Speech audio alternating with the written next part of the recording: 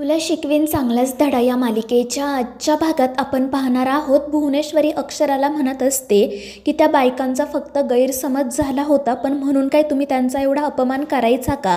आणि त्यावेळी अक्षरा म्हणते की त्या बायकांचा गैरसमज झाला होता हे कळतंय मला, मात्र त्या सरगम मॅडम काहीच का बोलल्या नाहीत. तर भुवनेश्वरी म्हणते की त्यांना बोलायची संधीच भेटली नाही.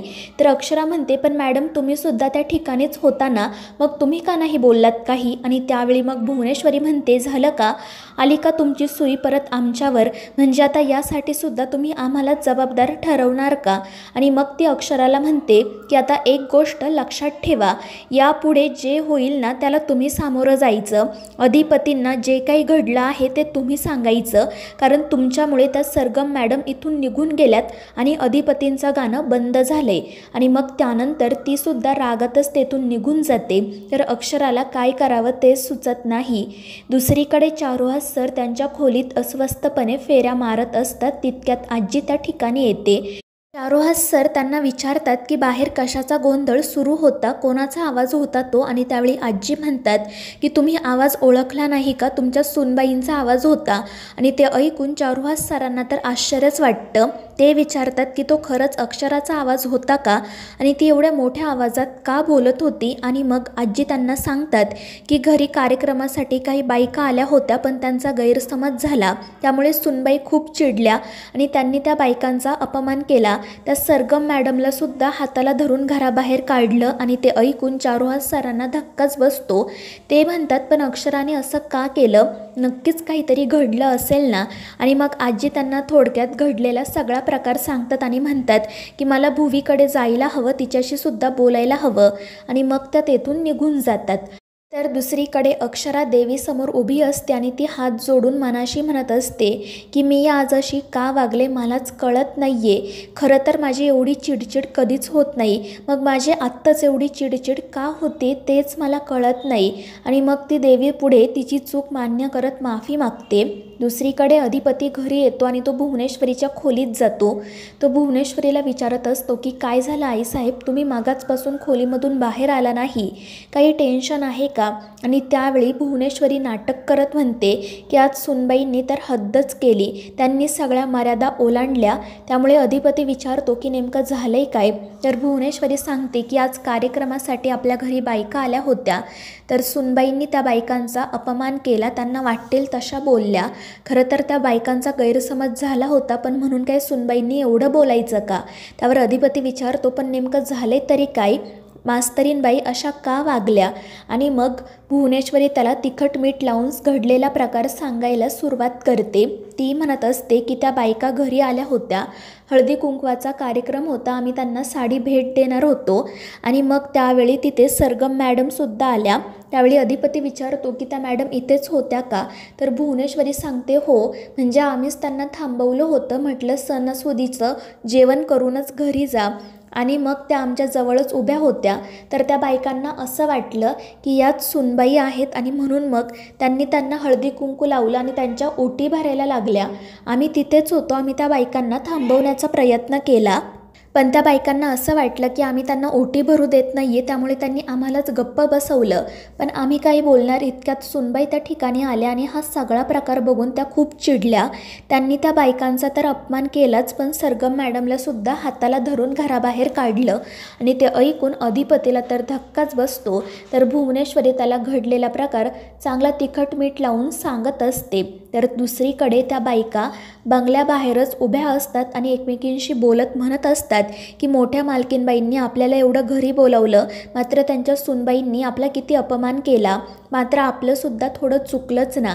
आणि तितक्यात अक्षरा त्या ठिकाणी येते. ती मनापासून त्या सगळ्या बायकांची माफी मागत म्हणते की मला माफ करा, माझं खरंच चुकलं, मी तुम्हाला एवढं बोलायला नको होतं. तर त्या बायकासुद्धा मोठ्या मनाने अक्षराला माफ करतात आणि त्यांची चूक मान्य करत म्हणतात की आम्हालाही माफ करा, आमचा गैरसमज झाला आणि आम्ही समजू शकतो की जर दुसऱ्याच बाईला कोणी आपल्या नवऱ्याची बायको समजत असेल तर राग येणं साहजिकच आहे ना.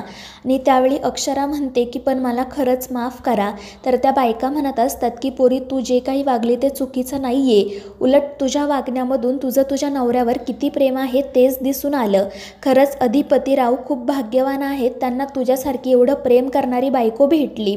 पण ते ऐकून अक्षरा म्हणते की नाही, आम्ही तर दोघे चांगले मित्रमैत्रीण आहोत. आणि ते ऐकून त्या बायका म्हणतात की अगं हे काय बोलतेस तू, वागतेस तर बायकोसारखी आणि म्हणतेस की मित्रमैत्रीण आहोत. आणि मग त्या बायका अक्षराला समजवतात की तुझं अधिपतींवर खूप प्रेम आहे, हे त्यांना तू सांगायला हवं. पुरुष माणसांना ते कळत नाही, सगळं काही विस्कटून सांगावं लागतं. तर दुसरी बाई म्हणते की तू आजच अधिपतींना सांग, नाही तर मग पुढच्या वर्षी आम्हाला खरंच दुसऱ्या एखाद्या बाईची ओटी भरावी लागेल. आणि मग त्या हसतच अक्षराला समजवतात की तू खरंच अधिपतींना सांग, तुझं त्यांच्यावर किती प्रेम आहे ते, असं मनात ठेवू नको. आणि मग त्या तेथून निघून जातात आणि एकमेकींशी म्हणतात की खरंच सुनबाई खूप मोठ्या मनाच्या आहेत, आपण त्यांना चुकीचं समजायला नको होतं. तर अक्षरा मनाशी म्हणत असते की आईसुद्धा हेच म्हणत होती, बाबा देखील हेच म्हणत होते. आणि या बायकांनाही आता हेच वाटते की मी अधिपतींच्या प्रेमात पडले, खरंच हे खरं आहे का. दुसरीकडे अधिपती भुवनेश्वरीला म्हणत असतो की तुम्ही जे काही सांगताय ना त्यावर माझा विश्वासच बसत नाही आहे, मास्तरीणबाई असं कसं वागू शकतात. तर भुवनेश्वरी म्हणते मग आम्ही काही खोटं बोलतोय का.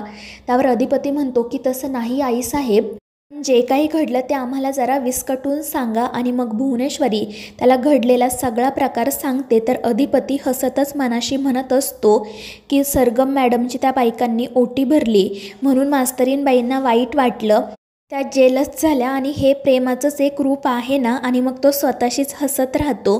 तर भुवनेश्वरी विचारते की काय झालं, का हसताय. पण अधिपती काही सांगत नाही आणि तेथून निघून जातो. त्यानंतर अक्षरा बाबांसोबत बोलायला जाते. ती त्यांना सांगते की मी त्या बायकांची माफी मागितली आहे. तर चारुहास सर म्हणतात की ते तू बरं केलं, पण आता अधिपतीच्या गाण्याचं काय, कारण आता ती सरगम परत येईल असं मला वाटत नाही. तर अक्षरा म्हणते की मला त्या या घरात नकोच आहे, खरं तर मी त्यांना या घरातून बाहेर काढून चांगलंच काम केलं आहे. आणि मी तुम्हाला आधीपासून सांगत होते ना, त्यांची लक्षणं काही मला ठीक दिसत नाही आणि आज तर त्यांनी कहरच केला. त्यावर चारुहास सर हसू लागतात. तर अक्षरा म्हणते की बाबा तुम्ही का हसताय आणि तुम्हीच सांगा मी का चिडू नये. त्या बायका त्यांना अधिपतींची बायको समजत होत्या, मग मला राग येणार नाही का. आणि त्यावेळी चारुहास सर अक्षराला समजवतात की अक्षरा तुझ्या मनात हे जे काही सुरू आहे ना ते तू अधिपतीला सांग, त्याच्याशी बोल, म्हणजे तुला हा त्रास होणार नाही. तर अक्षरा विचारते की काय सुरू आहे माझ्या मनात. त्यावर चारुहास सर म्हणतात की मी स्पष्टपणेच सांगतो की तू अधिपतीच्या प्रेमात पडली आहे आणि आता लवकरात लवकर हे त्याला सांग, कारण जेव्हा तू हे त्याला सांगशील ना तेव्हा ते सगळ्या जगालाही कळेल. आणि मग आज ती सरगम जसं वागली ना तसं पुन्हा कधीच कोणाची वागायची हिंमत होणार नाही. आणि ते ऐकून अक्षरा स्वतःशीच हसते आणि मनाशी म्हणते की खरंच मी अधिपतींच्या प्रेमात पडली आहे का. दुसरीकडे ती सरगम रडतच भुवनेश्वरीला कॉल करते. अक्षराने केलेल्या अपमानामुळे तिला खूप त्रास झालेला असतो, ती खूप रडत असते. तर भुवनेश्वरी तिला सांगते की अशा मुळूमुळू रडत बसू नका, उलट आता तुम्ही चिडायला हवं आणि त्या सुनबाईंनी तुमचा जो अपमान केला आहे ना त्याचा तुम्ही बदला घ्यायला हवा आणि तुम्ही घाबरू नका, आम्ही आहोत तुमच्या पाठीशी. तर दुसरीकडे जेव्हा अधिपती रूममध्ये येतो तेव्हा अक्षरा त्याला घडलेला प्रकार सांगते. तर अधिपती जास्त काही रिॲक्ट करत नाही, मुद्दाम अक्षराला विचारत असतो पण मास्तरीणबाई तुम्ही एवढ्या का चिडला.